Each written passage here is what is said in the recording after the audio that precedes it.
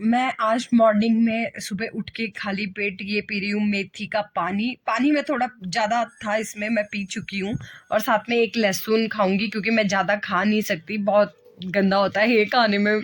मुझे लगता होगा शायद, क्या पता औरों को पसंद हो, बट मुझे अच्छा नहीं लगता है।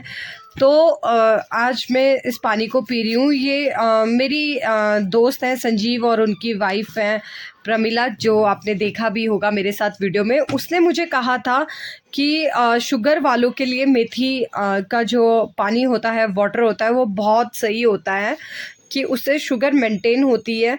तो मैंने सोचा चलो ट्राई करते हैं। तो आज ये फर्स्ट डे है मेरा इसका मेथी पानी का। और मैंने सोचा क्यों ना मेरी तरह भी किसी को इस तरह की प्रॉब्लम हो, तो मैं क्यों ना इसको शेयर करूं आप लोगों के साथ। पानी में पी चुकी हूं। और मेथी ये मैंने बॉईल की इसलिए ज़्यादा लग रही है, वैसे ये इतनी ज़्यादा नहीं है।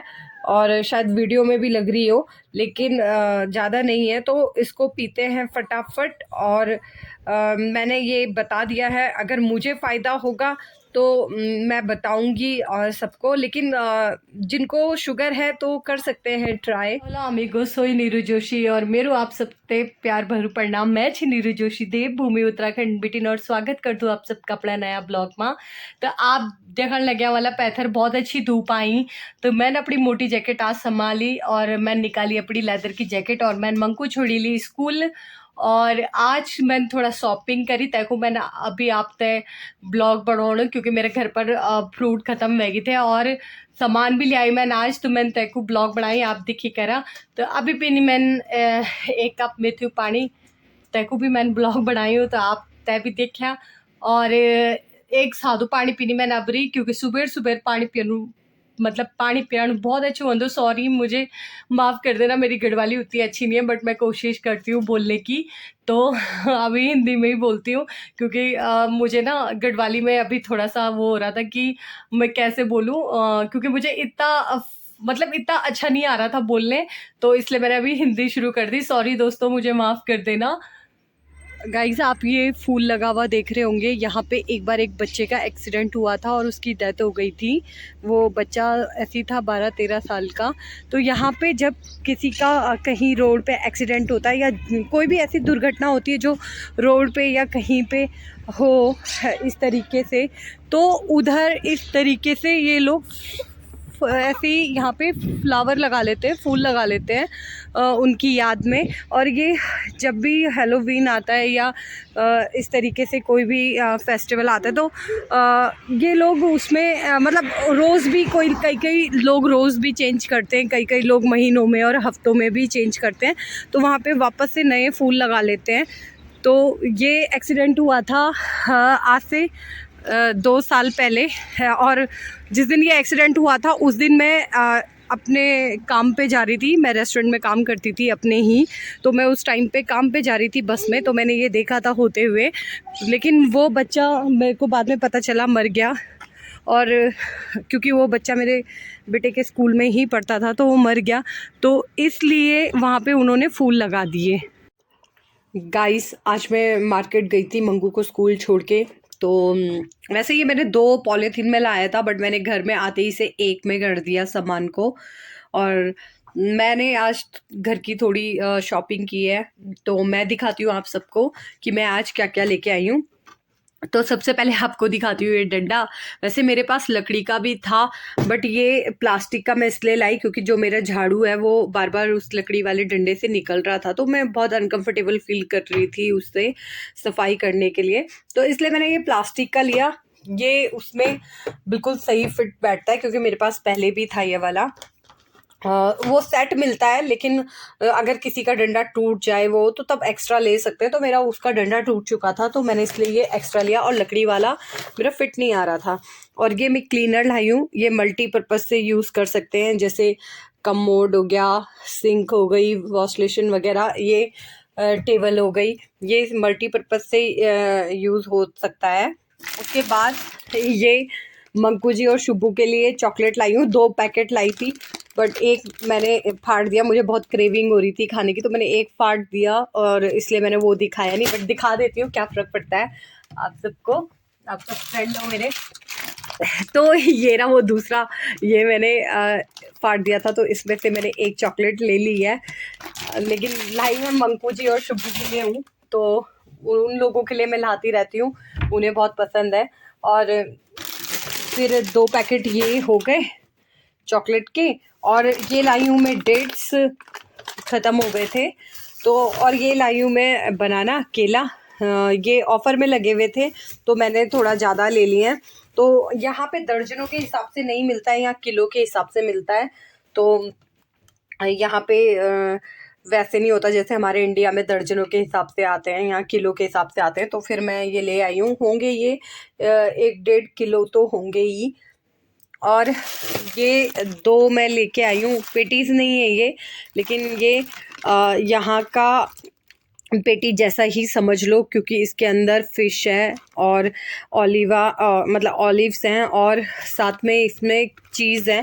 तो ये मैं शुभू के लिए लेके आई हूँ, उसको बहुत पसंद है। और ये मैं 2 बॉडी स्क्रब लेके आई हूँ, ये कोकोनट का है और काफ़ी अच्छा है ये, मैं इसको यूज़ करती हूँ, तो इसलिए मैं, ये ऑफ़र में भी था तो मैंने फटाफट से 2 ले लिए।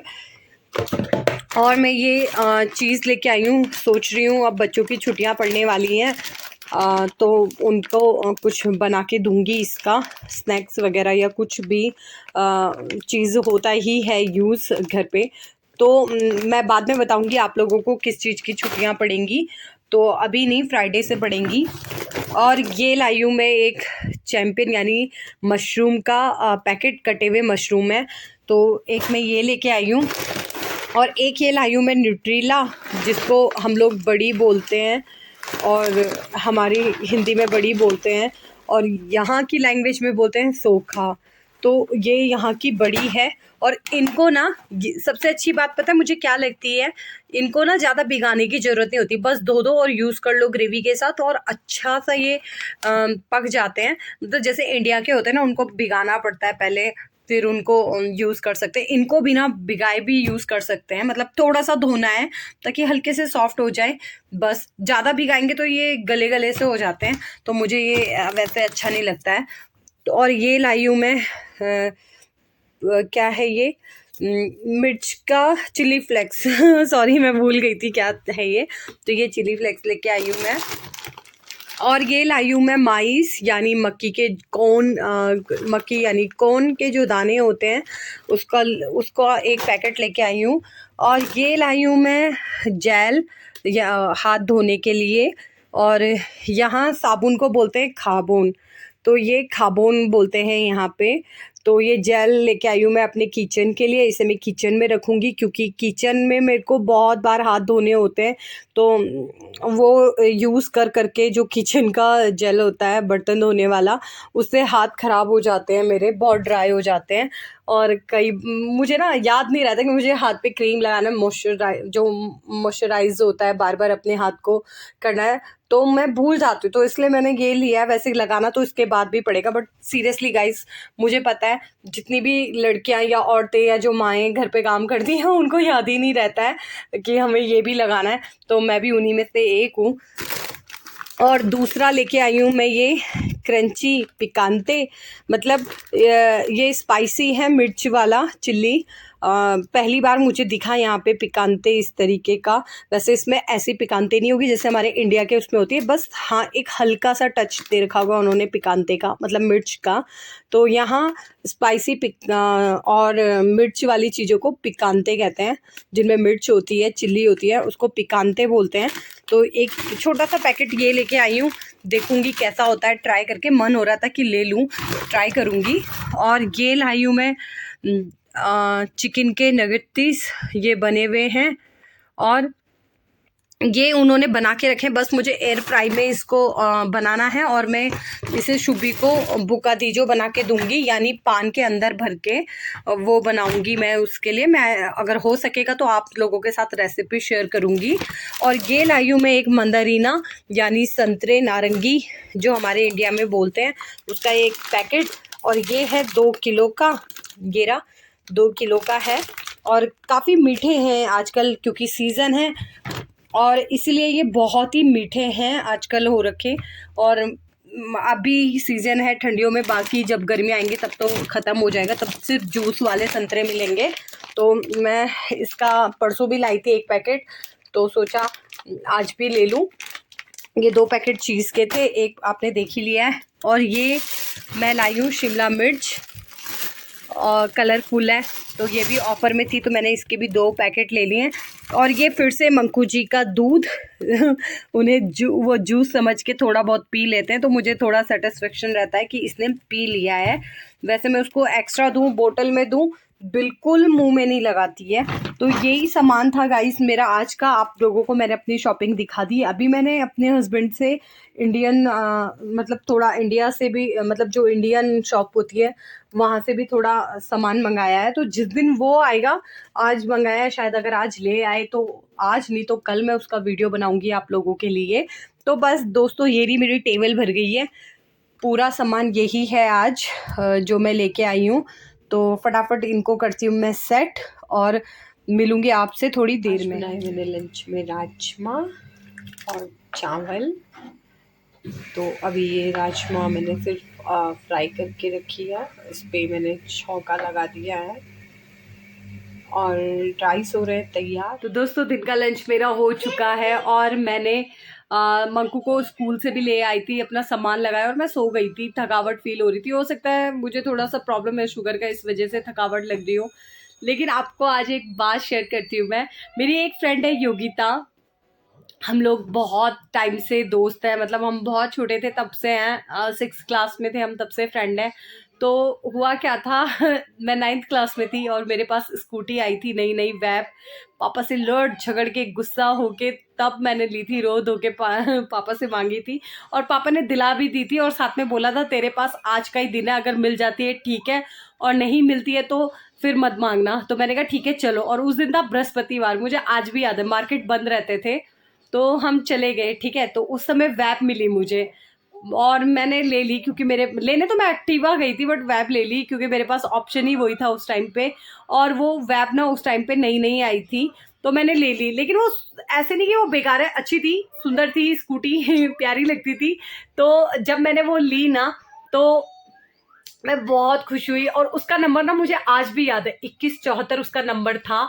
तो मैंने जब स्कूटी ली तो ना, मेरे फ्रेंड्स किसी के पास उस टाइम पे स्कूटी नहीं थी, सिर्फ मेरे पास थी, तो हम लोग ना सब घूमते रहते थे, कभी कोई कभी कोई। लेकिन हाँ, शाम के टाइम पे मैं, योगिता, रश्मि ही घूमते थे ज़्यादा, क्योंकि हमारा तीनों का घर आसपास था, इसलिए हम लोग घूमते रहते थे। तो दोस्तों, हाँ, अभी आपसे एक किस्सा शेयर करती हूँ मैं अपने स्कूल टाइम का। तो पता है क्या, हम लोग ना कहाँ कहाँ जाते थे, राम झूला, बैराज, लक्ष्मण झूला, इन साइड हम घूमते रहते थे। तो एक बार क्या हुआ, हम लोग ना ऐसी लक्ष्मण झूला गए थे घूमने के लिए। तो हम तीनों ना वैसे तो पतले ही थे, बट रश्मि ना हम में से बहुत ही ज्यादा कीकड़ थी, और योगिता तो आज भी बहुत फिट है, बस मैं थोड़ी हेल्थी हो गई हूँ, बट योगिता फिट है।